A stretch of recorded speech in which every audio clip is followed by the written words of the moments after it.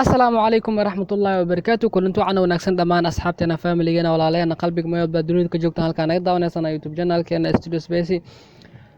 maanta waa friday sida ogtiina friday youtube channelka waxaa lasoo geliyaa taxani ah Carlos Cusmaan sida hore ogtiin Carlos Cusmaan youtube channelka soo fuul lama soo gelin karo copyright oo leeyahay markaas awgeed hab online ahaan ayaa lagu taabtaa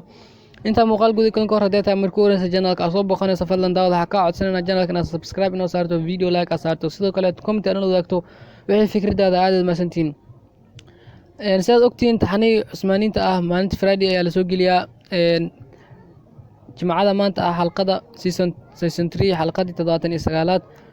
hadeeta markuu horeysa channelka soo boqotay aadan ogeyn qaabka loo daawado taxanaansi online ayaa loo daabtaa maalmo jimcaha ayaa lasoo geliyaa youtube channelka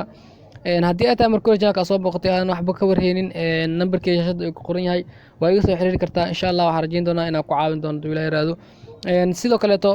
muuqaalka xalay aan soo geliya waxyaabo far badan aan ku sharxay inay taxanooyin cusub ay noo bilaaban doonaan dhanka telegramka taxanooyin soo gelin doono ma doonaa muuqaalka maanta inaan ku dheeraado muuqaalkeena maanta halkaas ayuu ku egyahay